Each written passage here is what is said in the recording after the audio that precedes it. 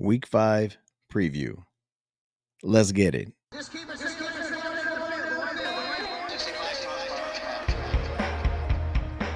Welcome to FaZe Fantasy Live with your host, Lonnie Z.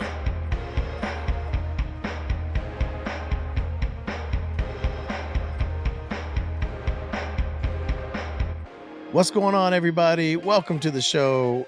This is FaZe Fantasy Live, and I am your host, Lonnie Z.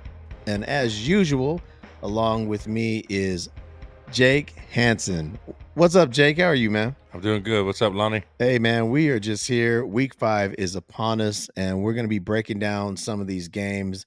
We're going to get all that intel out to help as many people as we can be ready to dominate their leagues this weekend. But before that, bro, we got a game to talk about.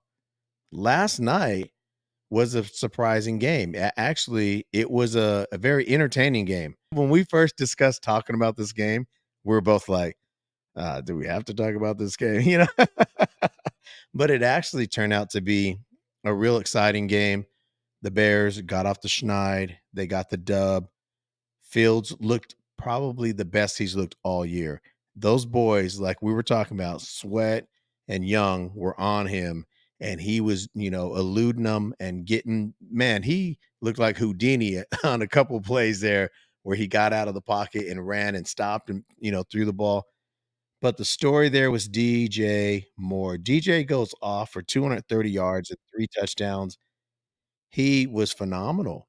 He finally looked like the DJ Moore that I've been hearing about over these past, 4 or 5 fantasy seasons.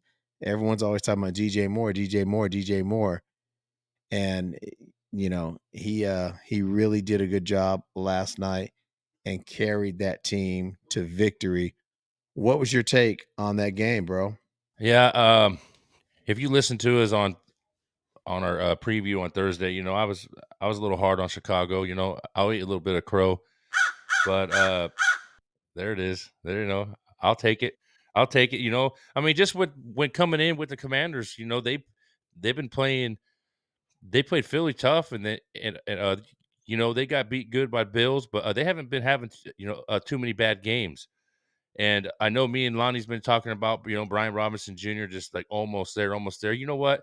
If you have him on your team, do not play him until he hits, because he's just going to disappoint you. Just sit him until he hits. I mean, he's one of those guys that show me something, and then I'll play you, because he's not doing what we thought, and he just laid a big egg last night. And Justin Fields looked good. Two games in a row, and DJ Moore went off. Justin Fields had 32 points, DJ Moore had 52, Cole Kmet had 15, and the running back Khalil Herbert, it looked like he was going to have a big game, but he had 7 fantasy points. Sam Howell, he had a big fantasy game, but that was the end of the game and mop up time. He had 29 fantasy points. Antonio Gibson, he led the running backs with 10. Brian Robinson with 8. And Curtis Samuel had 18. So, and their tight end Logan Thomas had 21. So the Commanders, that we were talking bad about Chicago all along, but the Commanders now losing the way they did at home to the Bears. Coach Rivera, that's pretty bad for him. Yeah, that was embarrassing. Embarrassing. But you know what, man? We did talk about keys of the game, on Wednesday. We talked about the keys for the Bears were get Herbert involved to open up the run, the pass. Herbert, 10 carries for 76 yards. He was on his way to having a really good game. He just didn't get a touchdown, but he got hurt, and so he exited the game.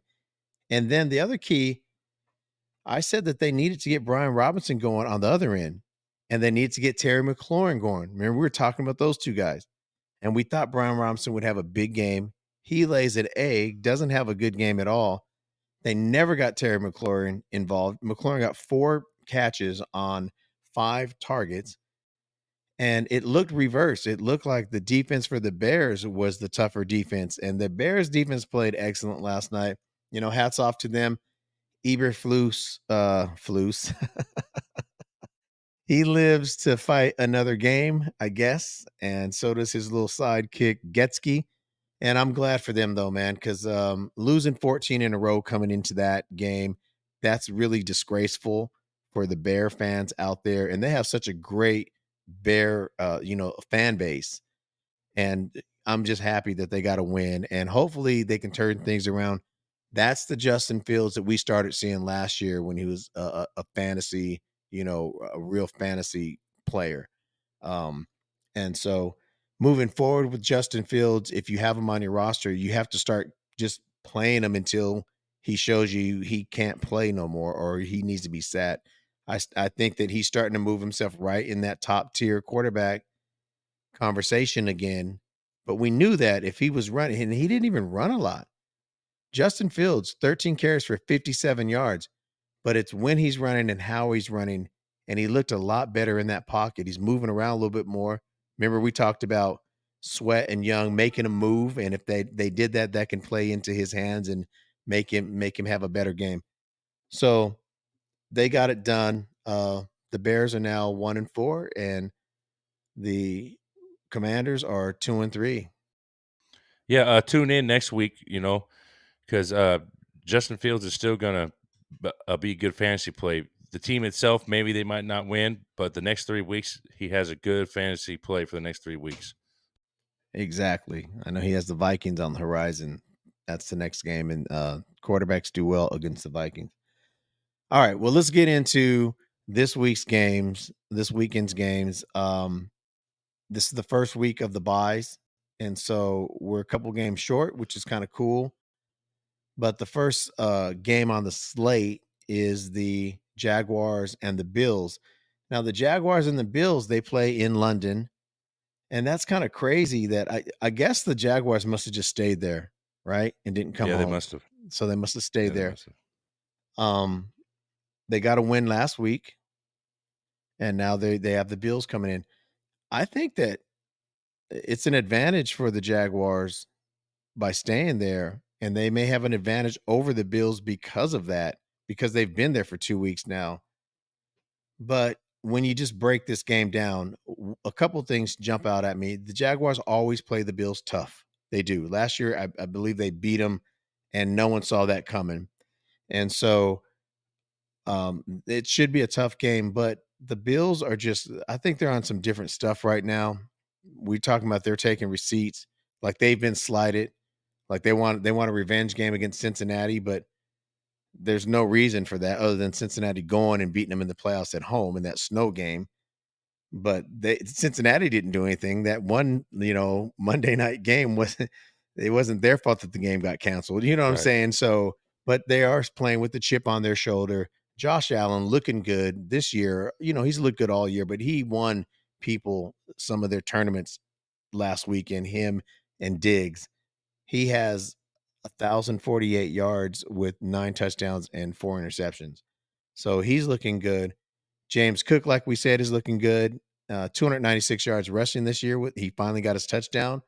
He's a real, right now, probably a solid RB2 play if you're going to, have him on your team.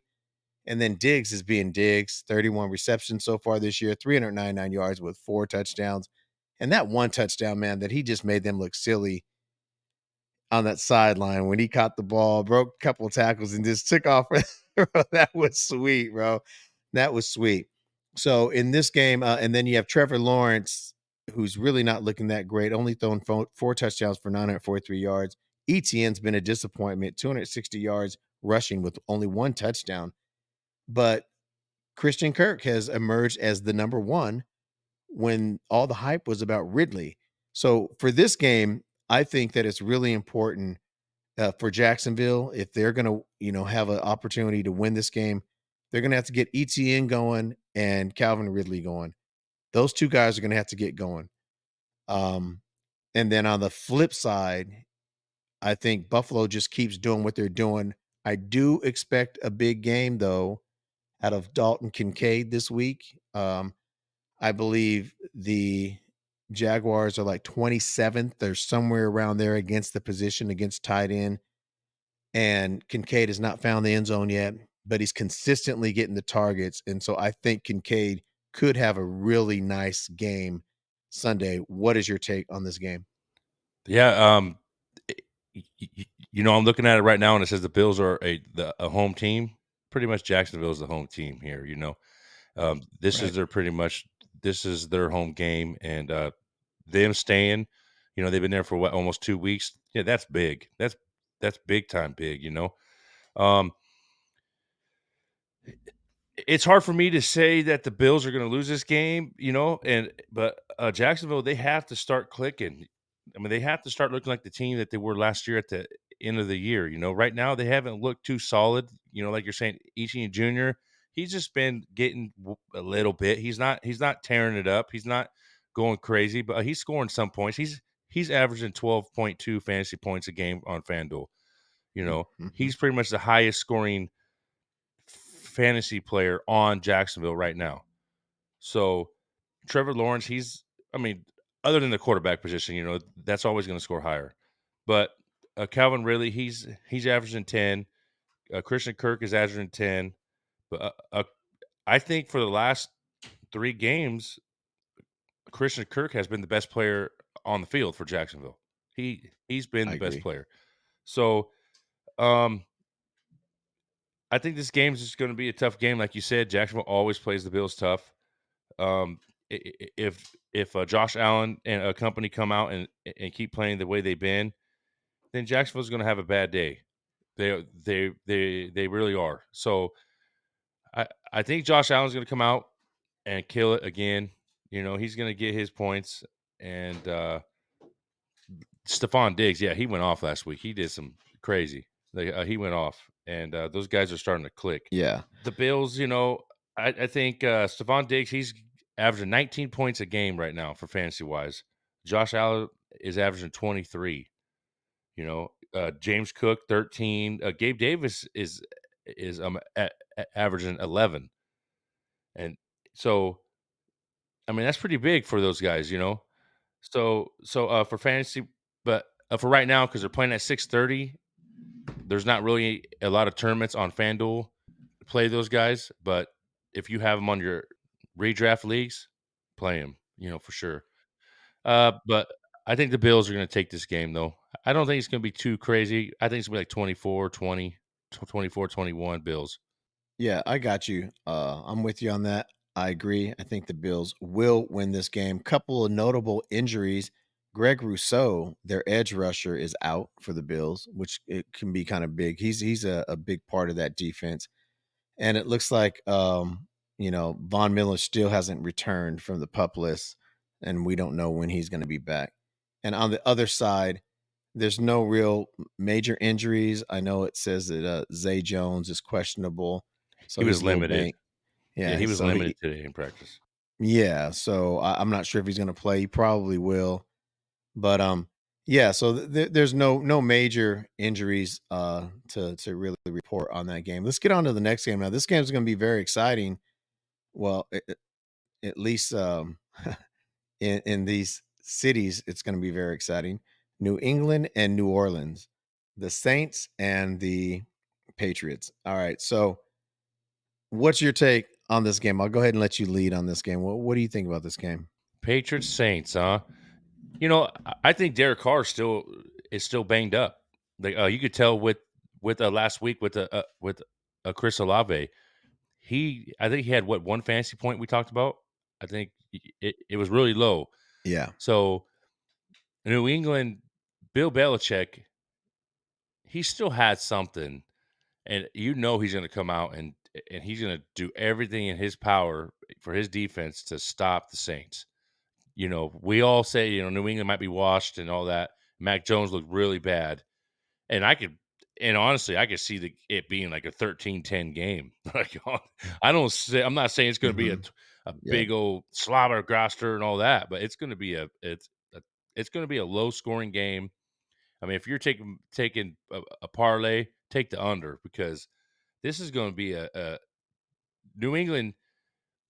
Bill Belichick does not like getting embarrassed, and he doesn't get embarrassed a lot at all. I mean, you could really sit here and think back to all the years with Tom Brady. He hasn't got embarrassed a lot. So And the Saints, they, Right. we've talked about it before, and I think me and you have agreed on it. The Saints haven't really looked too good to what the record says. No. And Derek Carr hasn't really looked too good. I know they got Kamara back and they had him in, but it's hard fantasy wise. We always say the New England receivers, stay away from them. It's hard to pick one. Hunter Henry, he's up and down big time right now. Uh, Ramondre Stevenson, he's another one like a Brian Robinson. Wait and see. 'Cause, Ramondre hasn't showed anything yet either. So you're just gonna have to you know put him on your bench, and then when he goes off, then you'll have to go from there. But the Saints side, only guy on the Saints side that I like is Olave, but like I said, if a car's still banged up, then there's really no upside there. But I'm gonna take New England, like a close game, probably like a 17-10 game. Yeah. I agree with everything you just said. Derek Carr report came out 4 hours ago that his shoulder, it's still a shoulder. He's listed as questionable for the game this weekend against the Patriots. So to me, if he's banged up and it's his shoulder, just run Jameis Winston out there. Just run him out there. I don't understand why they I don't. agree. They need to just get him out there and let him, play ball because he gives them a better chance to win. Chris Olave is having a good year, 23 receptions, 306 yards, but he hasn't gotten in the end zone yet. They need to get him going. They need to get him in the end. This is week 5. It's time for Olave. A lot of people spent a second round or at the second and third turn, they're picking up Olave in the draft. And so, I know this is fantasy football. No one gives a damn as far as in the NFL, but hey, we have a lot invested in this. And Chris Olave, they need to get him going. Um, and yeah, Hunter Henry, it's whatever with Hunter Henry on the other side. You just can't play Hunter Henry, not unless that's all you have. This game is a tough game to run fantasy players out there. Yeah. If you drafted Stevenson and Olave, you have to run them out there. Other than that, Kamara just came back, so you run him out there too, and that's about it. I kind of steer clear. Yeah, there's bye weeks come, right now. So, yeah, I mean, if you have them and you have to play them, play them. But like we're talking about FanDuel and we're talking about DraftKings also, and it's just one of those things. Like me and Lonnie always say it. Show me, man. Show me.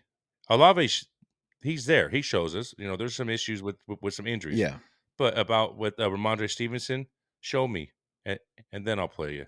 exactly, exactly. I have the Patriots figuring out a way to get a win here at home. Weather's going Yeah, to I be agree. fine, 61 degrees at game time. So, all right, on to our next game, and it is Baltimore Ravens and the Pittsburgh Steelers, AFC North battle. These two teams always are just out there fighting and just going crazy against each other. It's always black and blue, usually low scoring, but always entertaining when these two teams meet. Harbaugh and Tomlin are two of the longest tenured coaches in the NFL right now. So they really know each other and they get after each other. Lamar has been looking great this year. His passing yards, he only has 794 passing yards. He has 4 touchdowns and an interception, but he's doing it with his legs too, and he's getting done. He's scoring touchdowns running. He's looking a little more like a reserved Lamar of the past. He's not going as crazy, but I know he still has those games in him. Lamar has 220 yards rushing with 4 rushing touchdowns and 41 carries. And he's their leader in rushing. So that's like the old Lamar. He leads them in passing and rushing. That's why it's hard to play any running back from the Ravens. It's very difficult to do that. And then Zay Flowers is their leading receiver, 24 receptions, 244 yards. Zay Flowers is about to go off soon. He's about to start getting in the end zone soon. So if you have Zay Flowers, be patient with him. Same with George Pickens, 16 receptions, 263 yards, only 1 touchdown. This guy is phenomenally talented. And if they could figure out a way to get him more targets, he's going to be a top wide receiver before it's all said and done this year. With all that being said, and then Najee 49 carries, 210 yards. That's disgraceful. That's 50 yards a game, basically. 52 yards a game. And Najee's our boy. He's from your hometown. So it's hard to sit here and knock Najee, but it's either scheme or he's diminishing or a little bit of both. So, with all that being said, I like the Ravens to get this done, and I like them to.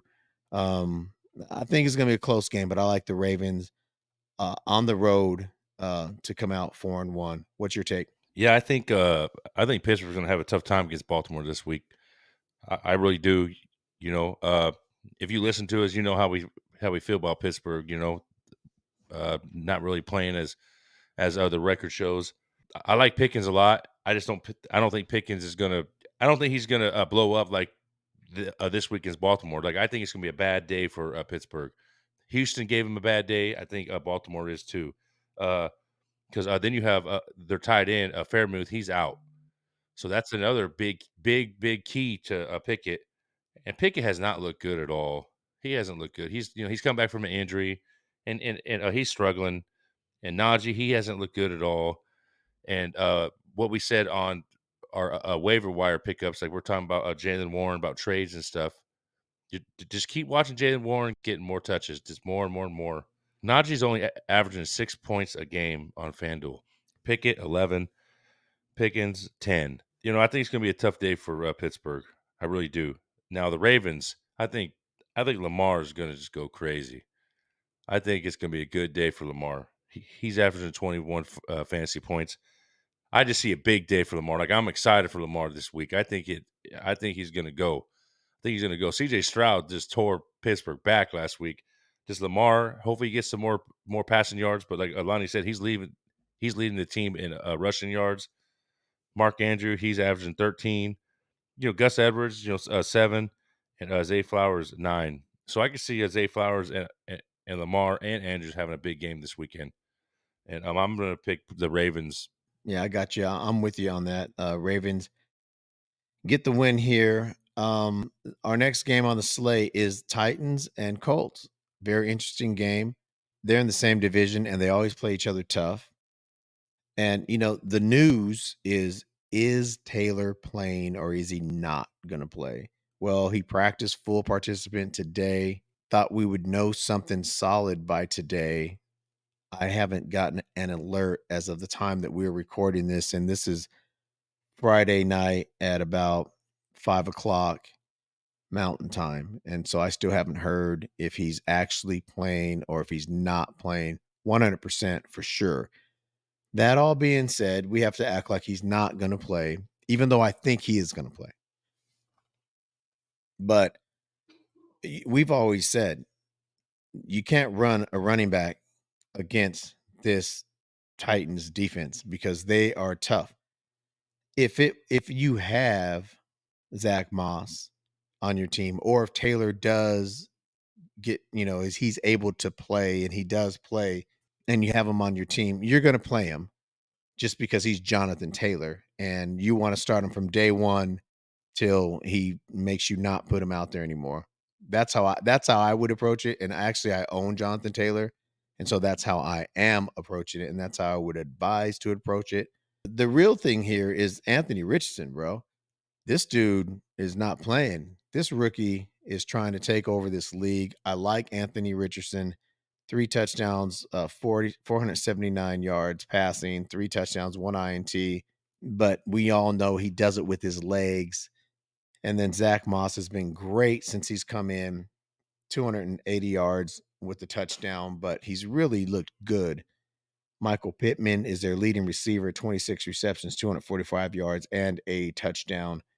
He had a bad week last week, but he had been averaging 11 and a half targets per game before that. That all being said, on the other side, you have Ryan Tannehill, who has not been too great this year. 2 touchdowns passing, 4 interceptions. That's a horrible, you can't do that. Derrick Henry had a big game last week, reminded us who King Henry is, did his thing. So you always have to be leery about Derrick Henry. He's still there. And then D-Hop, man. D-Hop's probably just showing his age. and the lack of passing scheme that that team has too, because no receivers have been great coming out of there other than AJ Brown, but he's just different, and so is D Hop. But you know what I'm saying. All that being said, they're on the road. The Titans are on the road against Indianapolis. This is going to be a tough one. My heart wants to say go with Indianapolis, but my head kind of says this is the kind of game that Vrabel wins by defense going against this rookie quarterback. I'm gonna go with my heart. I'm gonna go with Anthony Richardson. I think there's something special about the kid. I'm gonna take Indianapolis. I'm probably gonna regret that, but I'll take Indianapolis in a close game. Traylon Burks is still out. Doesn't surprise me on the Tennessee side. So I'm gonna go with Indianapolis, and especially if Jonathan Taylor plays, then I'll be a little better with that decision. What's your take? So with Tennessee, with Derrick Henry and Hopkins, they have a chance to score big this week. The Colts are one of the not one of the worst rushing defenses, but they're pretty up there. They're like 22nd. I think the rushing defense is 22nd. So I see Henry having another big game, and D Hop going against the Colts defense. They're 25th rank on passing, and for the past 3 weeks, the past 4 weeks they gave up at least an average of 20 fantasy points to the opponent's receiver. So it might not be D Hop, but it might be a Westbrook or Connie. So the Colts have been giving up big fantasy scores to the running backs and to the receivers. So if you are on the Tennessee side, if you have those guys, play them because the Colts have been giving up a big fantasy points. And Derrick Henry, he's averaging 14 points a game. Ryan Tannehill, 11. Like I wouldn't really touch Tannehill. And then a D Hop and a Westbrook or Connie is averaging 7 each. So for that reason, they are giving up big fantasy plays to us to receivers and running backs. They are every week because Kyron Williams last week he went off, and we all know what Puka did, and all that. So Jonathan Taylor, I don't know if they're going to hold him back because they are playing the best rushing defense in the league right this week. Tennessee is stout. I mean, you see what they did to the Bengals. I mean, they're a great team in the trenches. So I think Taylor will. I don't think he won't play because of that, but if he does, it's going to be probably a long day. Um, I mean, Tennessee hasn't gave nobody anything at all. So, and they played good against the pass against the Bengals also. So, uh, but Anthony Richardson, he could change it up, just like you said. He could change the whole game on his just just running the ball.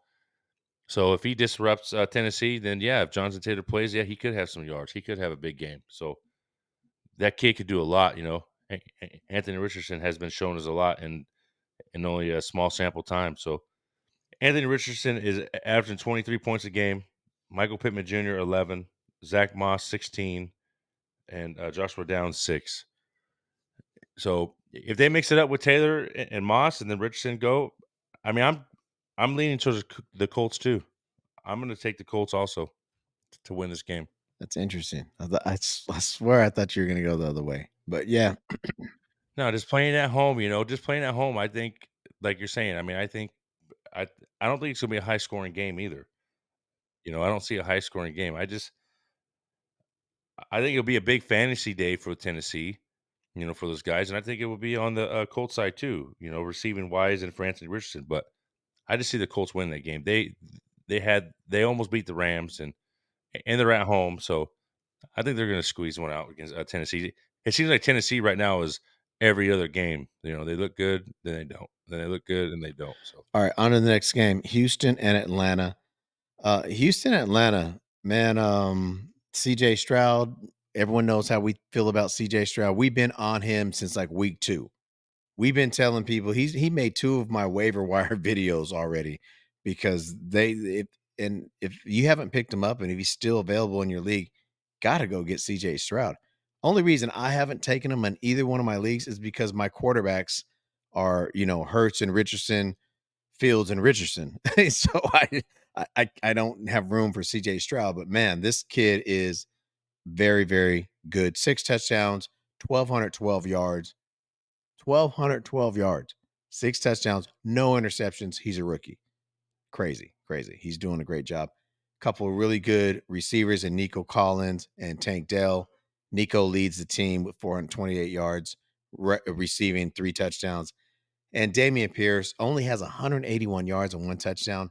I'm hearing a lot. People are saying, go trade for Pierce, go trade for Pierce. I've heard that quite a bit. Even Chris has even said go trade for Pierce. And I think the reasoning behind that is because this is such a good defense, and we've talked about D'Amico Ryans and his defensive scheme and how he has managed this team. He really has them prepared, and they look like they're ready to play against anyone. So maybe they're thinking that Damian's going to get more and more carries, more and more involved as that defense gets better and as Stroud continues to grow. On the flip side, you have Derek Ritter, you have Bijan Robinson, you have Jonnu Smith. Come on. Seriously? Okay, I don't want to get into this because I may have to just make a special video for the Atlanta Falcons. If they lose this weekend, trust me, next week you're going to see it. It's going to be the rant of the year going off on Arthur Smith and the Falcons. But Ritter, 3 touchdowns, 3 interceptions. Bijan, 53 carries, 318 yards. No rushing touchdowns yet for Bijan, which is kind of crazy. He's only got receiving touchdowns. And then Jonnu Smith, 15 receptions, 179 yards. He's their leading receiver. And he's their tight end, too. They have an all-star caliber. And, I know he's never been an all-star, but in Pitts, and they don't even I don't know how they're not figuring out a way to get Pitts free. All that being said, man, I don't want to get into all their problems over there. We're trying to preview this game. I like Houston. I like Houston to win this decisively on the road. I like D'Amico Ryans. I think each week his defense is getting better and better. I like Houston in this game to come out with a close one, but I think they'll come out with the win. What's your take? I know every week right now with Atlanta, we're just, we're a little, frustrated, confused, of what's going on with them. They have a lot of talent, and it just doesn't seem like it's being used the way that we think. Robinson could have a big game. Tennessee or Houston doesn't have a great rushing defense. They're ranked 24th, so they don't have a great rushing defense. But he's 8,200 this week on FanDuel, and that's pretty high, man. That's pretty high, 8,200 for some, And then he's only been averaging 15 points a game. Like you said, he hasn't scored a touchdown at all. So, that's pretty high. And Desmond Ritter, that's not something you want to even look at right now. And Drake London, Houston's passing defense is ranked 2. So you don't want to take anything with receivers or tight ends or quarterbacks this week against Houston. You don't. If you want to take Robinson, go ahead because they're probably going to run the ball a lot because Houston is ranked 24th, like I said. But London, he's only averaging 7, and Kyle Pitts is only 4 points. And like you're saying, really, Jono Smith is getting more points than Kyle Pitts.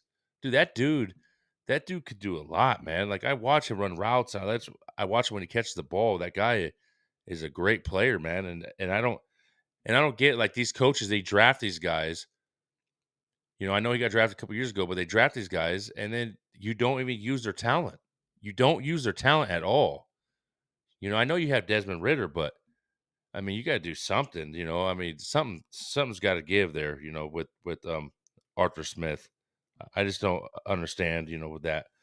C.J. Stroud, he's $7,200 this week. He's averaging 18 points a game. Nico Collins went off last week. Him and Dell, they're the receivers right now that maybe it's one this week, one next week, or it could be both. We just don't know with them. But Nico's averaging 18. Tank Dell averaging 12. Damian Pierce, I would love for him to do something. Atlanta, though, they are the 4th ranked defense in the league for rushing. So Damian Pierce, maybe it's not his, maybe stay away from him this week, but Lonnie's right. Everybody's talking about Damian Pierce, but he just hasn't showed anything yet. Atlanta's defense is starting to break a little bit. At first we were, first couple of games we were watching, or looking at all the stats, and they were saying Atlanta's defense is a top, top, top. But it's been bending a little bit the last couple of weeks on the defense. It's bending, but the rushing defense is stout. But I would stay away from Pierce, Stroud, Collins, and Dell. I would keep let them roll. It's just which receiver you want to pick. That's up to you.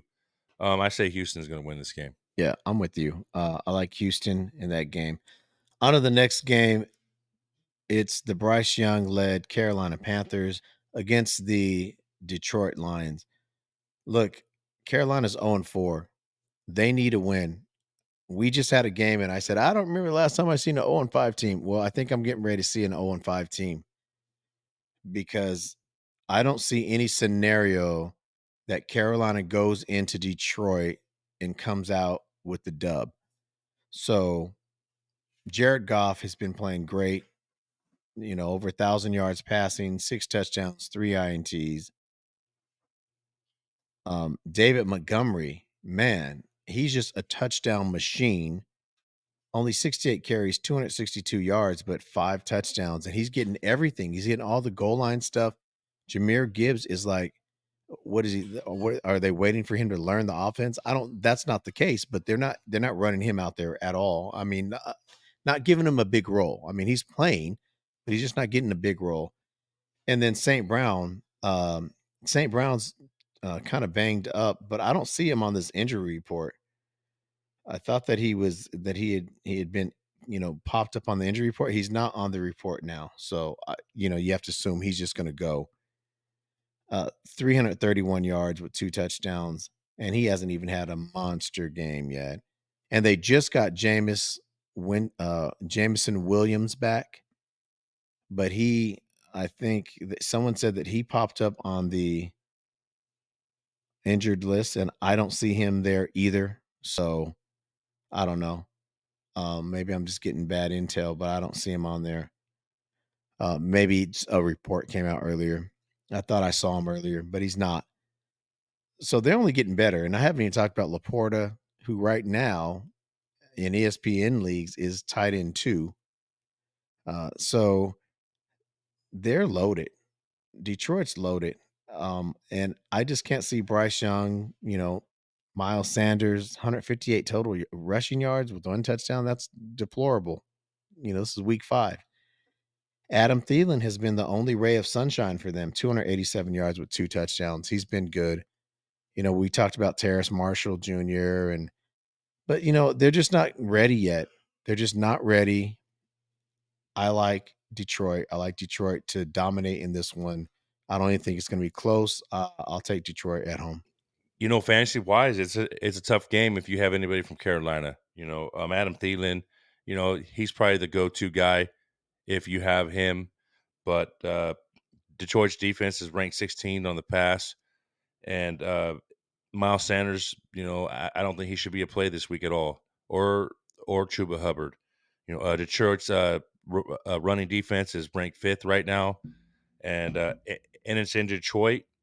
It's like Lonnie was saying, I don't see anything happening on the Carolina side this week. I just don't, unless Detroit just falls apart and didn't, game plan well against Carolina, but I don't see anything happen on the Carolina side other than Adam Thielen maybe get something.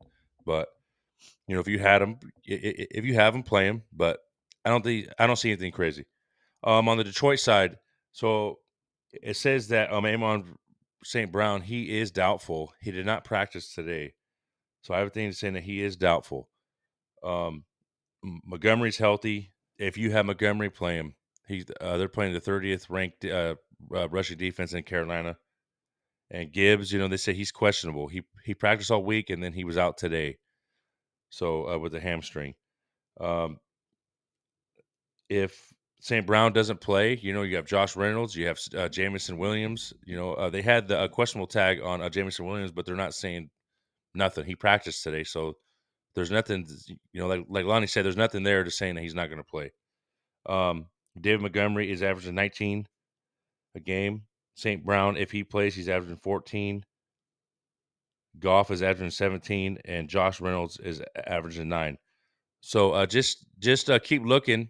If St. Brown doesn't play, Reynolds and Williams, I would throw in there for sure. Um, and I think Detroit's going to handle this game easily. I agree. And yeah, I do see it now. They just hadn't refreshed it on what I was looking at.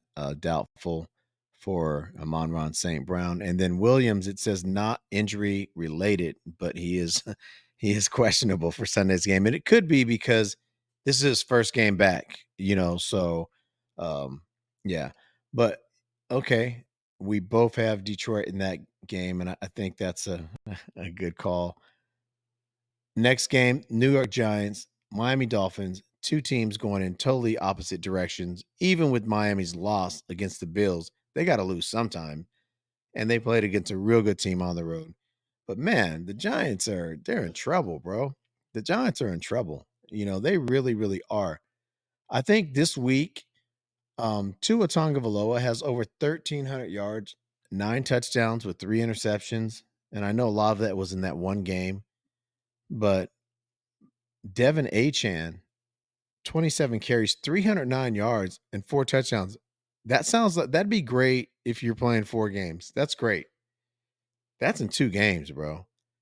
That's in 2 games. And I know you're like you want to see how you've seen how they're using them 2 games in a row. And I just think, bro, the Bills, and you said that he got garbage time against it, bro. He still went off on the Bills for 30 fantasy points. I don't know what else is to see there. I think the guy.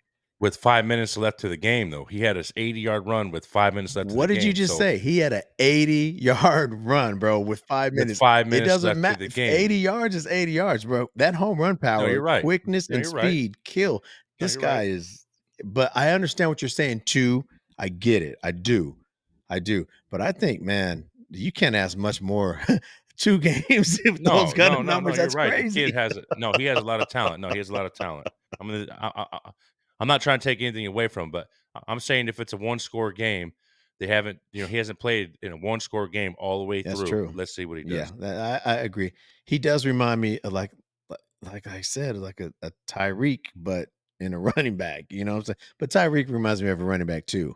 Because the way he runs and his speed and his power. Tyreek Hill, 470 receiving yards with 4 touchdowns.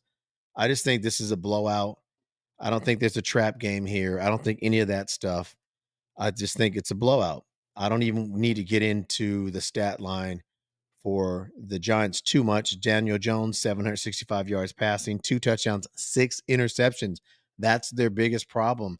Daniel Jones is turning the ball over. And just like the Vikings earlier in the season, losing their first 3 games, they were the bottom of the list on the turnover ratio. You turn the ball over in the NFL, you're going to lose games. 6 interceptions is way too much. 2 and 6. I mean, they may start thinking about benching this guy, but he leads them in rushing because Saquon's hurt. 173 yards rushing with the touchdown on 34 carries. And Darren Waller, which he should be, is their leading receiver because they have no other receivers. Waller, 15 receptions, 153 yards, no receiving touchdowns yet. I don't see any scenario where they come out with the win here. Barkley is questionable. If they get him back, it makes it a much more competitive game if the Giants can run the ball. Then there's some, but I just don't think they can stop Miami's offense. I like Miami in this one at home. Well, what's your take? Yeah, I agree with you. I think it's going to be a pretty one-sided game. But on the fantasy wise, like Sam Howell last night, Washington didn't look good at all, and Sam Howell scored 30 points. You know, and Miami's don't have a great defense. We all know that they don't have a great defense. And if Barkley plays, Miami's ranked 26 in the rushing defense. In passing, they're ranked 30th. So Waller. I'm not really big on Waller. That's a big letdown to me. That was a waste. That was a waste. I think the Raiders did a great job getting rid of him. Something just this he's not in it lately. So, but like if Barkley plays, I can see a big game. But if Miami goes up, then Daniel Jones is going to have a lot of fantasy points. He is. Yeah. Miami's not a great defense. So fantasy wise, you can see Daniel Jones getting 25, 30 fantasy points. Yep. Just like I said last night, Sam Howell. Nobody thought Sam Howell scored 30 fantasy points, but he did. So Yeah. Miami wise, a Giants, they're ranked 18th in passing defense. That's not too bad, but it seems like every team's been handling them, pretty well. Uh, the rushing defense is ranked 25th. So yeah, Mostert and Achan, I can see a big game, and I'm looking for Waddle. I know me and Lonnie's talked about it, and we think this is going to be Waddle's day because last year he was averaging more than 10 fantasy points every game. He was having a good game every game, you know. Yeah. And this year he hasn't. He was injured for a couple games and all that. So Tyreek Hill's averaging 21 points a game, fantasy wise. Tua's averaging 21, Mostert's averaging 20, and Waddle is averaging 8 fantasy points. And Chan, he's averaging 25 in the 2 games that he played. Giant side is pretty low, so I'm not really going to go there too much. But Miami's going to win this game handily. For sure. Yeah. What is what's the cost for Waddle on FanDuel and DraftKings? FanDuel and DraftKings. So Waddle is 68 for FanDuel. That's pretty cheap.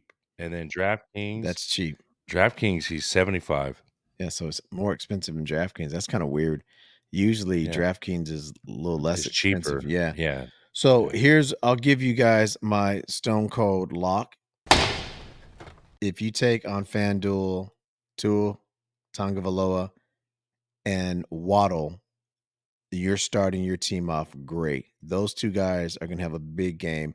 Tyreek probably will too. Achan probably will too. Mozart probably will too. But I think that Waddle and Tagovailoa, that's the value, and that's a great stack to start your team. Yeah, I agree. Tyreek is 9,000. Yeah, That's a that's lot. a lot. That's a Yep. lot. And I agree. Lock. That's a lock. Miami, that's a lock. That's a lot. All right. So we both agree. We think that there's a lot of players you can play in that game on both sides. You can play Daniel Jones. You could play if Barkley plays, run him out there. It's okay whether you're doing some daily stuff or if you're, but that's a game you want to be in. If you're doing daily, you want to be in that game because that game is going to help you give you more opportunity to win your tournament or at least cash in your tournament. Let's get on to the next game. And this next one, there's a lot of problems in this next game on one side, and it's the Bengals and it's the Cardinals. They come in with the same record. The Bengals are coming into the Valley, into Arizona, 1-3. The Cardinals are 1-3. But these 2 teams have got to be feeling polar opposite. If you're the Cardinals and you're their players, maybe not their fans, but if you're their players, you're feeling pretty good. Like, man, we've been in some games, almost every game we've been in, and we think we can beat anybody. And then if you're, Joe Burrow and the Bengals, you got to be thinking, what the heck's going on? What are we doing? You mentioned in our last podcast that you thought Burrow was still banged up. I agree with you 100%. I don't think he's playing at full capacity yet. His numbers don't show it. The way he's playing doesn't show it. Joe Mixon, 247 yards and a touchdown. He really doesn't have anyone behind him, pushing him. So I think they need to establish through Joe, give him the ball more and let him, lead and hopefully open up some of that passing game. Jamar Chase has been trying to be Jamar Chase. He still hasn't got a receiving touchdown, 29 receptions, 284 yards. He's due. I think Chase is due. Josh Dobbs, we've talked about Josh Dobbs. He has more, bro. Josh Dobbs has more passing yards than Joe Burrow. He has 814 passing yards with 4 touchdowns and no interceptions. That's crazy. He's got a better rating than Joe Burrow. And he's been playing kind of lights out for who he is. He's been playing very well. James Conner is better than Mixon, 62 carries, 318 yards, 2 touchdowns. And then you have Marlon Brown or Hollywood Brown with 21 receptions, 239 yards with 2 touchdowns, leading their receiver core. They have Rondell Moore and they have a couple other guys. Ertz has looked pretty good off and on this year. All that being said, this is the kind of game that if you look at the numbers and you look at the teams, Michael Wilson is, I think, their real star over there, and he's emerging, and he is going to be. Uh, by the time we have this next quarter of football, I look at the season as quarters. So the first 4 games, the first quarter, the second 4 games are the second quarter, and then it's halftime, and then by the end of the second quarter, by the end of the eighth game, I think Michael Wilson will be leading that team in receptions if he stays healthy and actually be creeping his way up the fantasy ladder. He's just really good. I mean, the Niners got a good dose of that kid last week, and he's really good. All that being said, I still think Joe gets right. I think they get Mixon going. I think you can lock it in that Jamar Chase gets in the end zone this week. I like the Bengals in a maybe a tight game, but I like the Bengals coming out with the win. What's your take? Yeah, yeah, I agree with you. I really do. The Bengals, their defense ain't too stout yet, right now. So I think Connor's gonna have a big game. They're ranked 19th rushing defense. Cincinnati is right now, and Connor, he's averaging 12 points a game. So I would take a good chance on Connor this week. Um, Michael Wilson, he's a big receiver. He's a big, tall receiver, and he went up the middle a lot with the Niners. Like I was saying, that the Niners have a hole, with that right now, and Michael Wilson took advantage of it. So Michael Wilson be a good play. He's 5,300 on FanDuel. He's 37 on DraftKings. So Wow, you take a real chance affordable. for a that's a that's a great value. That's a great value. He scores you 10 points and you paid 37. That's great. You know. So he's averaging 10. Marquise Brown's averaging 12 and Joshua Dobbs 16, And Arizona, and like I said last week, they're a good coach team. They're a first half team. Like right now they're showing us they're a first half team. Against Dallas, they were, they were a first half team, and then they stayed a little bit in the second half. They still got them, but they're a great first half team. They scheme up good all week, and I could see him doing it again against Baltimore. T. Higgins, he was limited in practice today. They haven't said if he's playing or not yet, though. So if he doesn't play, Tyler Boyd, play Tyler Boyd. That's a great value. Play Tyler Boyd. Yep. Chase, play him. Cardinals are ranked 12th in the passing game, but you see what Ayuk did last week too. Only hit another 140-yard game against the Cardinals. So Chase, Burrow, as like Lonnie said, Burrow is going to come out. He's something.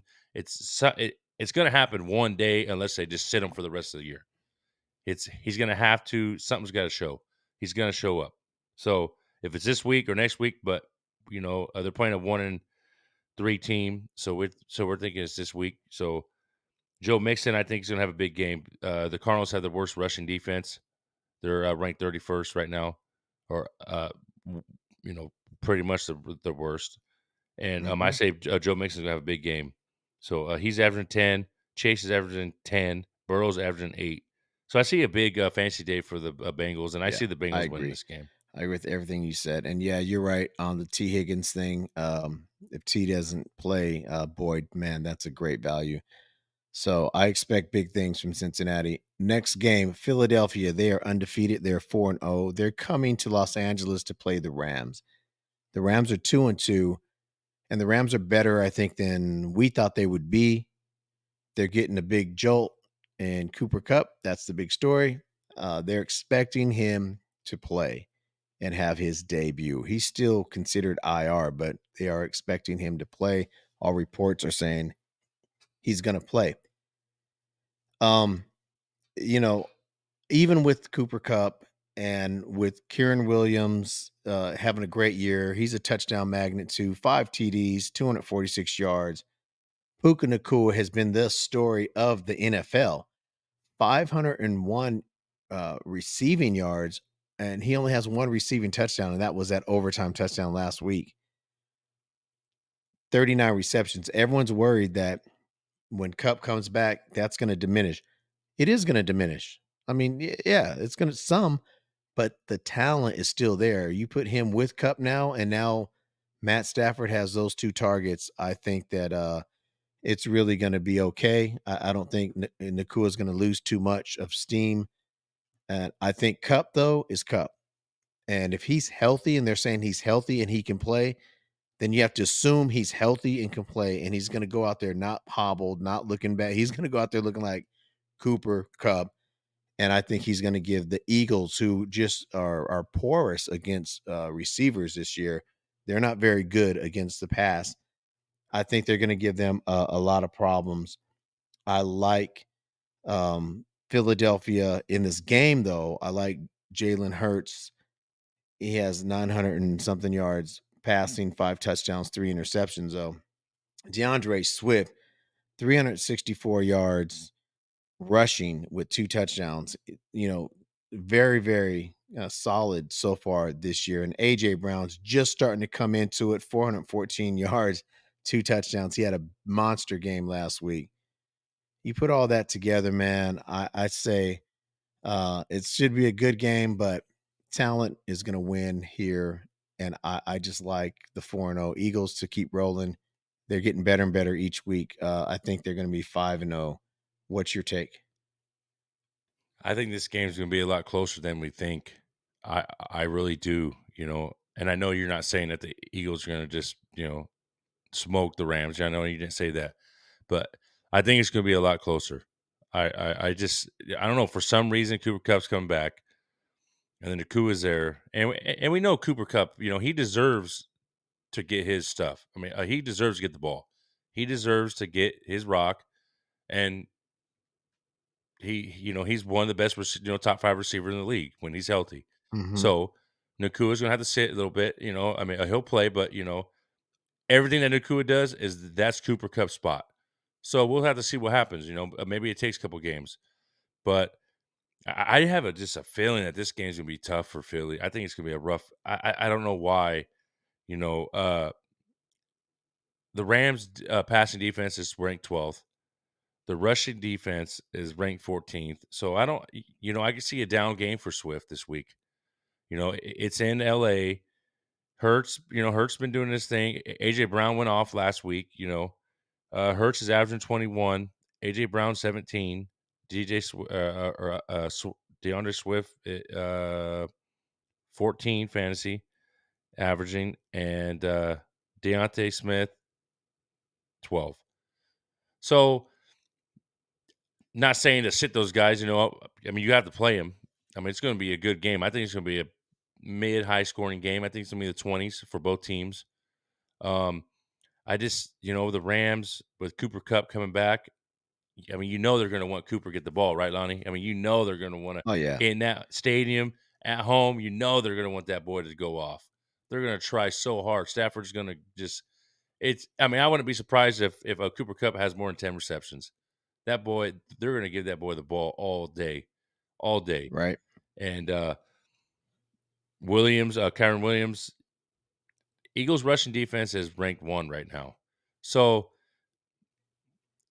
right there just shows you they're going to pass. I mean, they're going to pass the ball. They're ranked 28th in the passing game right now. I mean, you've seen what Sam Howell and McLaren and all them did last week to Philly's defense. They could. They're pretty soft in the passing defense right now. So Nakua's averaging 19, Williams is averaging 19, Stafford 15, and Tutu Atwell 11. I'm gonna Mhm. go. I'm gonna go on the limb right now, and I'm gonna take the Rams to win this game. And I think it's gonna Nice. be a tight game. But I mean, if Williams could get some ground game going, if Williams could get going, I think the Rams are gonna win this game really tight, like really close game. I don't think it's N gonna be more than a score. I think it's gonna be just right there, 3 points, 6 points, something like that. I'd be really surprised if it's different than that. I'm taking the Rams. I could see that happening. I really can. I'm not going to change my pick, but I totally could see that happening. And we can't forget Sean McVay is a Super Bowl winning coach. Just a couple of years ago, they won the Super Bowl. So these guys coming in here ain't making him nervous. He's going to have that team ready to go. Yeah, man. That's a cool one. That's a cool. I'm glad you went that way. Uh, I'm rooting for the Rams. I'd like to see the Rams win this game, but I think Philly will probably get it done. But man, after you just said that, what you said, bro, I don't know. I might have to, flip flop a little bit. You might see me on TikTok just talking about, hey, I like the Rams in this one. I I just have a Nah, feeling, nah, I have but a feeling that this game, I have a feeling that it's just, with their passing defense the way they are right now, Cooper Cup's yeah, coming back. Cooper, I don't yeah, care. And you know what? Cooper right. Cup coming back might make Nakua get more because Yeah, Slay and all them are going to be yeah. on Cooper. So it might be the other I way agree. around. But Matt I Stafford, he agree. loves that boy. Cooper Cup won the Rams the Super Bowl. So he's going to go to that Exactly. boy. He's going to go to that dude. Exactly. And at home, welcome back, Yep. Cooper, because it's going to go off. And that dude's so humble and good player, man. I would love him to see him get 20 receptions against the Eagles. Let's go. Yeah, let's go. Yeah, Cooper Cup, man. I have him. I just acquired him in a trade. I traded away Mark Andrews and um Gabe Davis, and I got in return Cooper Cup and Kyle Pitts. Now, I don't know. You're shaking your head because it's in our league, but I didn't get over on the dude. I gave him Mark Andrews. But anyway, I got Cooper Oh, Cup. shit. I have him in my other league too. And Oh, so no. I'm excited. But we're not talking trades in this segment, so let's not break that one down too much. You know, I gave up Andrews, bro. That was a fair trade. Okay.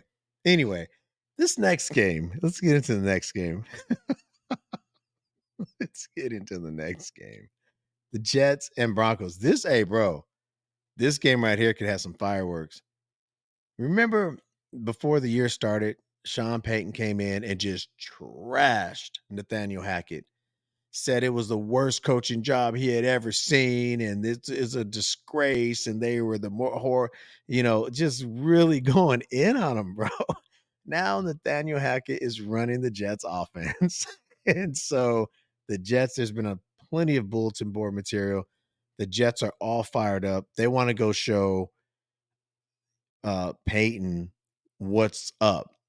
And if that's the case, bro, I got to lean before I even get into any stats. I'm leaning to the Jets and that Robert Saleh defense going to stop Sean Payton. I don't know, maybe he didn't know that Hackett was going to be the offensive coordinator when he said that of the Jets. I have no idea, but I'm not worried about the Jets offense so much as I am the Jets defense. But Zach Wilson, we've been saying, just let him play a little bit, give him some confidence. He'll be all right. You got to let Wilson play. Brees Hall, get him the rock. These are the keys. You got to get Brees Hall the rock. Um, and then Garrett Wilson, get him involved. You do those three things.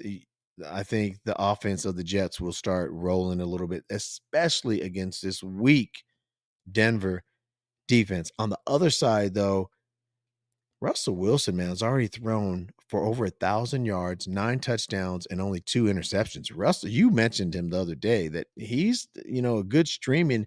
And if he's out there, man, maybe stick him on your bench for some bye weeks, because Russell Wilson's having a great year. Javonte Williams, he's been banged up. They don't think he's going to play this week. They're saying Jaleel McLaughlin, and he's listed as a quad and is listed as questionable. But when I look on the app, on the fantasy leagues apps, like even ESPN, they have a 0 next to his name. Like they're not expecting him to play. But I know you've heard some reports that they are saying he's gonna play, but run Jaleel McLaughlin out there. You know what I'm saying?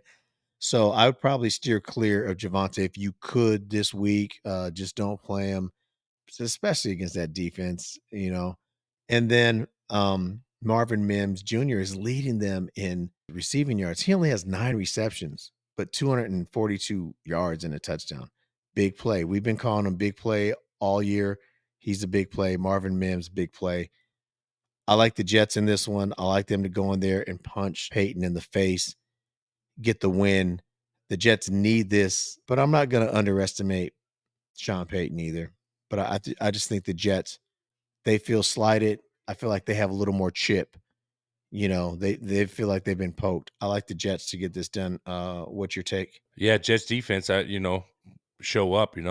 Let's see if they show up. They played really good against Mahomes last week. Didn't really let the Chiefs offense do what they usually do.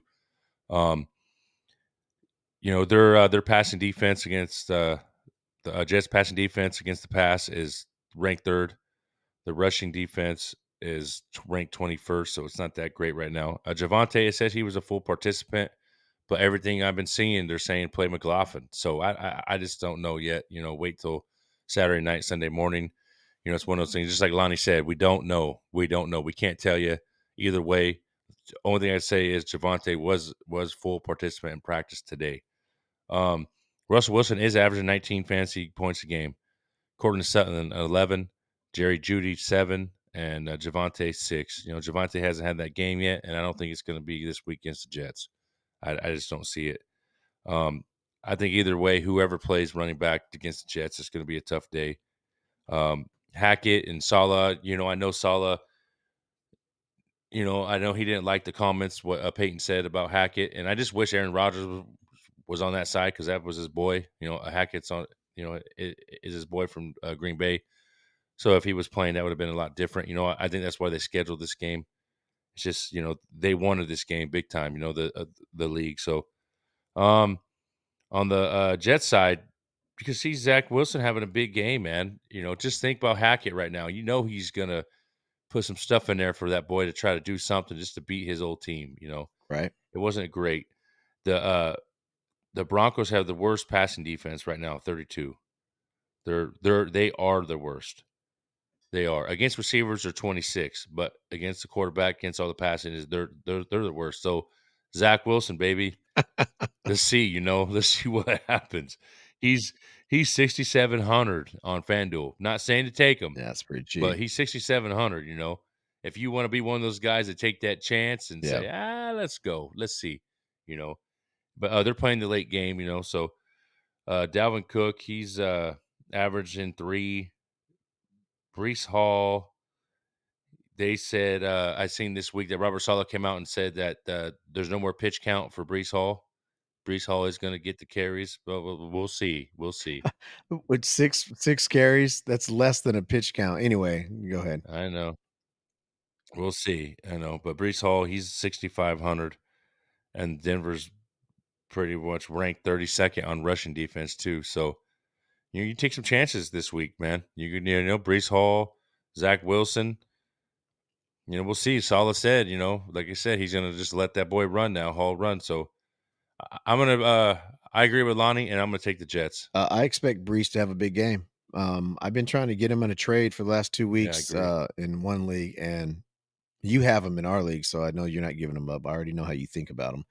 But in the other league, I've been trying to get Brees, and dude just he started ghosting me. I was offering him good stuff, man, but so I'll tra- hey, I'll trade you Robinson Jr. I'm good, man. I'm all right. Yeah, Yeah, so okay. I think, yeah, Yeah, I'm with you. Jets get that one done. On to the next game. This is gonna be a tough one for me because it's the Chiefs and the Vikings, and we all know that I bleed purple. I try not to be biased though, and I'm not gonna be biased in this pick. So we're gonna check it out. Mahomes, he's we've been talking about quarterbacks, right? And I've been giving you their yards and their touchdowns. Mahomes 1,000 yards, 8 touchdowns, 4 interceptions. We've heard several quarterbacks that have better line than that.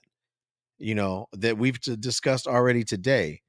Matter of fact, the dude next to him, Kirk Cousins, has 1,200 passing yards with 11 touchdowns and 4 interceptions. He's outplaying Mahomes this year. Pacheco, that big game against the Jets, which is kind of weird because it was against the Jets, but he had a big game. And so now he's 270 yards with 2 touchdowns. I'm still not sold on Pacheco, even though he had a great game against the Jets. I can't take that away from him. Madison, 56 carries, only 250 yards, no touchdowns on the ground yet. But he got going a little better last week, so I expect him to be better. And the Chiefs defense isn't great against the run, but their lead this is where the two teams I think are separate as far as offensively are concerned. Their receivers. Justin Watson has 8 receptions for 163 yards. I think that Jordan Addison has that line. You know what I'm saying? I think Addison has that line with a couple Mhm. touchdowns or 3 touchdowns, something like that, 2 or 3 touchdowns Addison has. And then you have Jefferson, 33 receptions, 543 yards, 3 touchdowns. So, all that being said, they're playing in Minnesota. It's a late game.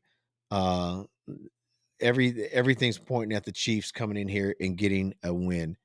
Uh Normally I would be like, yes, this is Chiefs are going to get this win, but this is for some reason being a Viking fan, I see these kind of games and I get some feelings about them. I can see the Vikings coming out of here beating the Chiefs, and the Chiefs aren't that powerhouse that we always think they are. You do have to deal with Kelsey, that's for sure. But the Vikings have Hawkinson. You know what I mean? So uh I like the Vikings to go ahead and come out and get a win in a close game. I think the Vikings defense is a little better than everyone thinks. I think they can get some pressure on Mahomes, and Mahomes just doesn't have the weapons that he once had. He's very limited.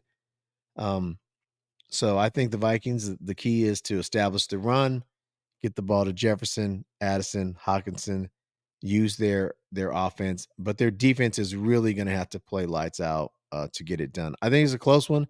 I'm going to go against the grain. I'm not being a homer because I've picked against the Vikings this year multiple times.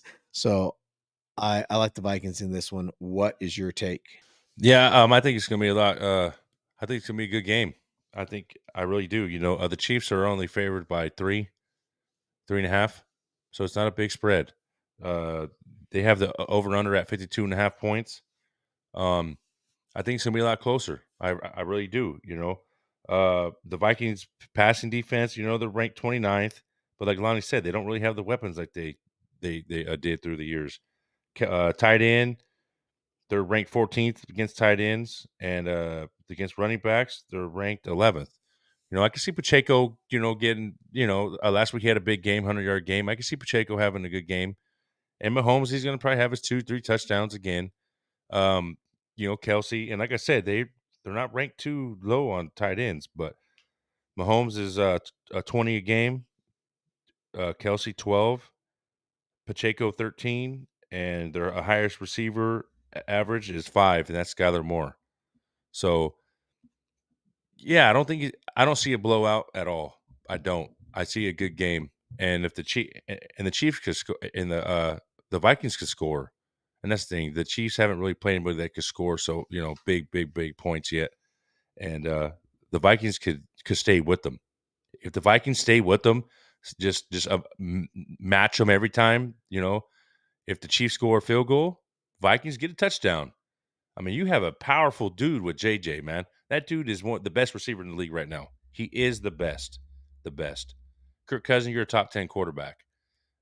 Madison, you're a top 15 running back. Top 20. Okay, we'll say top 20. You know, if they get that running game going, that could be a big difference. The Chiefs rushing defense, it is pretty strong. They're 7. They're 7th. Yeah, They're against tight ends, they're 22nd. yeah, Get, Hawkinson. get TJ the ball, Kirk. Get TJ the ball. And against receivers, they're ranked 5th. But, that don't mean nothing. JJ's too powerful to stop anyways. So JJ's averaging 21, Kirk Cousins is averaging 21, Hawkinson's averaging 10, and Madison's averaging 10. I think if they get the running game going and they get the ball to Hawkinson, I think it's going to be a big difference for the Vikings. And I'm going to go with Lonnie.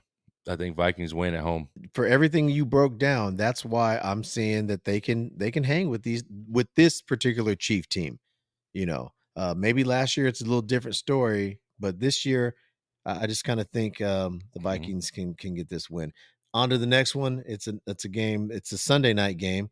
I don't know if this got buff to the Sunday night. I don't know if it was originally the Sunday night game, but it's the Sunday night game. Cowboys, Niners.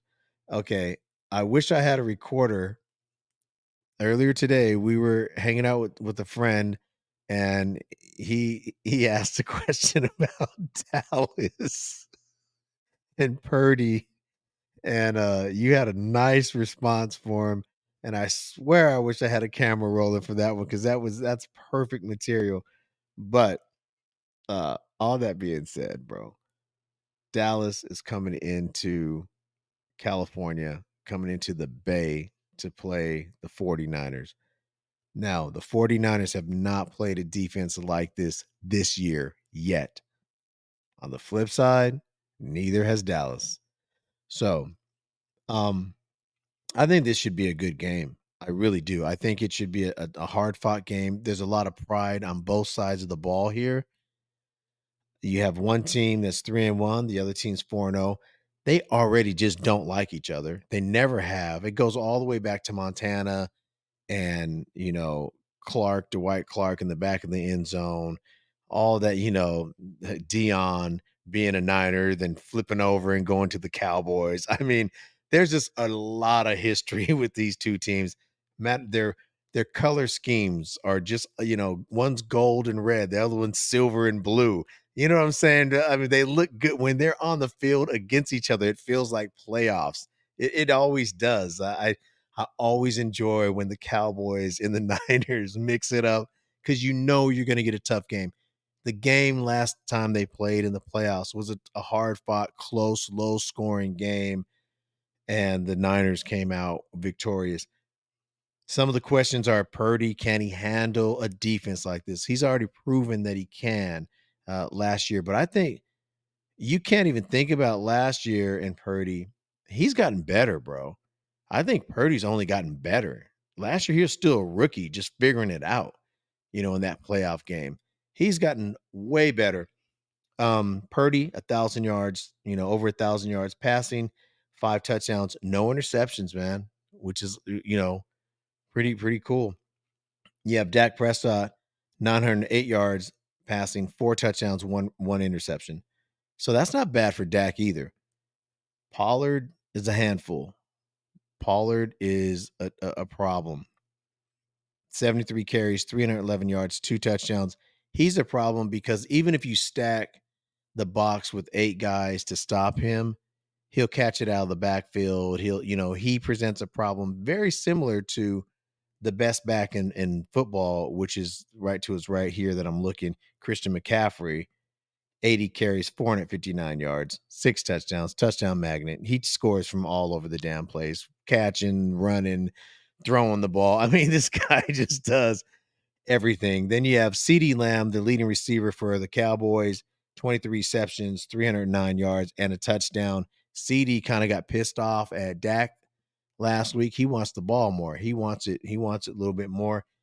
Brandon Ayuk, surprisingly, is the leading receiver for the 49ers, 17 receptions, 320 yards, 2 touchdowns, big play guy. On paper, these teams look very evenly matched. You could argue and say you have the number one, number two defenses, playing against each other. I don't know if that's how they're ranked, but I do know that they're very solid top 5 defenses. Both of these defenses are. What our buddy had asked, he thought that if the Cowboys hit Purdy and bother Purdy, that Purdy will kind of wilt a little bit and take him off his game, and he won't be able to handle that pressure. I disagree with that theory. I think Purdy's a professional. I think Purdy, knock him down, he's going to get back up, and he's not going to see anything he hasn't seen before. But he will see Micah Parsons, and Micah Parsons is a beast. And I said this earlier today to you and Ray. Um, I think Micah Parsons on that Sunday is going to be the best defensive player on the field. Now, second, I would have to say would be Nick Bosa, but Nick Bosa has not gotten to his flow yet this year. But ain't nothing like the Cowboys coming to town to get a man into the flow. So I expect a big game. out of Bosa. And we're not even going to talk too much about the trade that just happened with them because they got even more coming. And he's not going to play though on Sunday. So if you want to get into that, you can. But I'll leave that up to you. But yeah. All that being said, man. All that being said, I see a hard fought game. If the Niners take care of the ball and don't allow any turnovers or allow that defense from the Cowboys to have any momentum, I don't see an upset. And I think an upset would be if Dallas beat the Niners. That would be the upset. I see the Niners to take a lot of pride. I see the Niners to get this done. I don't see Dallas as clutch. I see the Niners more as clutch. I think the Niners are the better coaching staff and the better team. I take the Niners in this. I think this could be kind of a blowout if the Niners just start rolling on them. But I'm going to say it's going to be a close game. I'll say something like 31 to 27, maybe 31 to 24, somewhere around that area. I like the Niners in this one. What's your take? So yeah, like Lonnie said, we did get Randy Gregory, the D end. He will play next week. He ain't going to play against Dallas. Um, so here we go. I want both teams to show up. I want both teams to play the way they're supposed to play. I want both teams to be physical because I don't want no bullshit. I don't want no this and that. I want both teams to show up. I don't want one team to get blown out. I don't want the Niners to get blown out. I mean, they get blown out, they get blown out. Dallas, same way. Nobody wants to see it. I don't. I don't. I want to see both teams show up. The Niners are going to game plan Micah Parsons. They did the last two playoff games. They're going to do it again. I mean, you might not see Debo get anything. He'll get carries, but he won't, they will game plan Micah Parsons. Nick Bosa, you got to show up. It's Sunday night. Show up. You just got paid, bro. You got the bag now. Now show up. It's your turn to show up. This is a big game. Show up. That's all I'm saying. Both teams. I mean, Niners lose, they lose. Dallas wins, Dallas lose, whatever. But show up, both teams. I don't want one team to come. They're talking shit, talking all this stuff, and one team doesn't show up. I want them both show up. I want a good game. I really do. So the Niners defense against the run is ranked 14th. Pollard, he's averaging 14 points a game. CD Lamb, he's averaging 12. The Niners defense against pass is 14. And against quarterback, they're ranked 7th. Dak Prescott hasn't really showed anything in like playoff games. He hasn't showed really anything in big games. Like when he plays big games, you don't see him, getting big stats and all that. You don't. And I don't know. I like Dak Prescott. I liked when he was with Texas A&M, or I'm sorry, with Mississippi State. I really do. But he just doesn't have that. It's just for some reason the big game scares him. And if he comes out and makes me eat crow, make me eat crow straight up. But like I said, I'm not going to talk crap about Dallas. I'm not going to, show up. I just want both teams to show up. The Niners on the Brock Purdy side, the thing that gets me is about everybody saying, what if Dallas is physical to Brock Purdy? Brock Purdy hasn't showed anything at all yet, and his 13 starts that he's scared of getting sacked, getting hit late. He doesn't show anything. He's probably the first quarterback in the last 5 years for the 49ers that doesn't show that he's scared. Straight up. Jimmy G crumbles every time somebody's going to hit him. Crumbles. Shaky feet. Brock Purdy doesn't. He might not have the strongest arm, but he's throwing the ball in the tight window. Every game that you're watching him, he's getting better. He hasn't had a bad game yet. Yes, he could have a bad game. I mean, look at Joe Burrow. Look at Lamar Jackson this year. Had bad games. Look at Patrick Mahomes against Detroit. Bad game. Everybody has a bad game. I just don't hope we'll see what happens. Dallas rushing defense is ranked second. McCaffrey's going to have a tough day, but the thing with McCaffrey is he can shake it up and catch the ball in the flat, or he could run up the middle. Against the pass, they're ranked 4. So Dallas is pretty much ranked wise. They're pretty much the top defense in the league right now, ranked wise. I mean, they we seen what they did in New England last week. They pretty much got the rankings last week. That was awful. 2 touchdowns defense, and that was pretty bad. Against the Cardinals, they didn't look like that. But and that's my worry about this game. Dallas had their bad game already. The Niners haven't, and the Cardinals they showed Dallas up, and I'm a little worried. I think it's gonna be a great game. Niners gonna win it though. I say the Niners are a physical team. They will play to your physicality. They will shut everything down that they've been using just to make sure they out physical you. They do every time. It's not going to be a big stats game like fantasy wise. I wouldn't take anybody for these two teams. I really would not. You want to take them, you take them. But me, Oh, bro, I would take McCaffrey. I'd take McCaffrey. I mean, I yeah, would. McCaffrey, but like anybody else, I wouldn't. It's going to be one player that you're going to be like, oh man, he went off. Oh man, but other than that, it's hard to.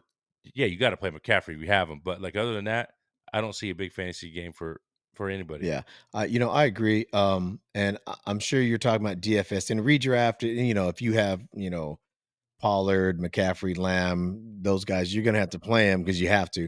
But yeah, in DFS, I don't think I'd play McCaffrey either in DFS. I'd steer clear of this game. I'm with you on that. All right, so our final game. So you have San Francisco, I have San Francisco, and our final game is McCaffrey is 10,700 for FanDuel. That's one reason that's tough if you're doing that. yeah, especially against that defense. There's no value there. I mean, he's gonna have to get you 30 points, you know, and against that defense, that ain't gonna be easy. Um, the last game is the Monday night game, and then we're gonna get it all wrapped up here. It's a couple teams that are, you know, going in opposite directions. The Packers are coming off of a loss, and kind of an embarrassing loss, if you ask me, to Detroit at home on Sunday night. That was embarrassing. And then the Vegas Raiders, who I don't know, man. The Raiders, it's got to be an ownership thing. Mark Davis is not a good owner. You would think he gets players there. It's not like he can't get the players. I just don't understand why they can't win. It's a coaching thing. Josh McDaniels is not the answer. With all that being said, Raiders Packers in Vegas. The Raiders should play this one tough. You still have Devontae Adams, um, but he's listed as questionable. Devontae Adams has a shoulder problem. He didn't practice, and so he's questionable. If he's not in there, yeah, then it's you almost just automatically say Green Bay. Max Crosby is questionable, and that could be huge. Huge because they're playing against a rookie quarterback listed as a limited participant yesterday in practice. So not having Matt Crosby out there could be, a problem, but it doesn't say he's not going to play. All that being said, Jordan Love, this is a tough game for me because the Raiders need this more, I think. But I think that the better of the two teams is the Raiders as far as talent wise concerned. And I don't know who's going to be quarterbacking for them. I think Garoppolo's back. So let me see. Let me take a look at Garoppolo, make sure he's not. Yeah, there's no designation on him. So I think Garoppolo's back, not unless they benched him and they're going to run the kid out there again. I'm going to go out on a limb on this Monday night game. I'm going to say the Raiders historically have been an excellent Monday night team, man. I remember back in the day going to the old Oakland Coliseum and watching them live. My buddy had season tickets and watching the Raiders play on Monday nights, and they used to always whoop somebody's ass. Um, Great games there. That old dusty, park was crazy. They had the dirt on the field from the A's games and stuff still. But it was a great atmosphere to watch a football game. I'm gonna take the Vegas in this one. I think that they're gonna beat the Packers for some reason until Aaron Jones gets going and Christian Watson get going. I think the Packers are going to have to figure some things out. I like Vegas. What's your take? Yeah, I think it's gonna be a good Monday night game. Uh, we'll see if the Raiders could finally, turn it around and show something. Jimmy G, yeah, they said he was a full participant in practice, so we'll see what's up. Um, Aaron Jones and Christian Watson were both limited in practice today, so I can see Watson playing for sure, but Aaron Jones, we still don't know. He played last week and he had 5 carries, so he's hurting. Something's wrong with his hamstring. He just they put him out there to see, and it didn't really go too well. Um, Raiders passing defense is ranked 24th, and the rushing defense is ranked 20th. So I can see Jordan Love having a nice game for fantasy wise. I see him having a good game, a big game. Raiders been, last week Herbert. We thought Herbert was going to go off, and I think he ended up with only 170 yards. Like we were talking, like first half, we thought he was going to throw 300 yards, 4 touchdowns, but he didn't do that. So Raiders defense didn't do too bad against them last week. Um, Love's averaging 22 points a game. Jones is averaging 13. Watson 9, and Javon Reed 10. So I think it's gonna be, and the Raiders, Josh Jacobs, he's averaging 12. He's getting a lot of carries, but not a lot of yards. He's not really broken out yet. But Green Bay is ranked 28th in rushing right now. So Josh Jacobs would be a good play, but he's 8,600 in FanDuel, and that's the showdown for Monday night. Just a little lineup. Devontae Adams, he did not practice on Friday. Devontae did not practice today, so we don't. We'll see. But he's averaging 18. Garoppolo's averaging 15, and Jacoby Myers is averaging 13. Green Bay's passing defense is a ranked 11th. Yeah, I think I'm gonna go with Lonnie. I think I'm gonna go with the Vegas Raiders. I just think the Raiders gonna just I I think they're gonna squeeze this one out. I don't think it's gonna be a blowout or anything like that. But I think I'm gonna take the Raiders to win this game on Monday night in Vegas. I agree. And no one on that Packers defense really puts fear in anyone. This particular Packers team. So I'm with you on that. Well, that's going to wrap it up. That's our Week 5 preview of all the games. Hopefully, you got something out of it. Remember to set your lineups and get ready. And subscribe to us on TikTok at Phase Fantasy Live or Phase Fantasy on TikTok, and I'll post any updates that we have. Soon as I hear about Jonathan Taylor, it's going to go up on TikTok. Soon as I hear if Devontae Adams is out or in, any of that kind of stuff, we'll get it up there on TikTok to get you ready for your Sunday games. I'm Lonnie. He is Jake, and we'll catch you on the next one.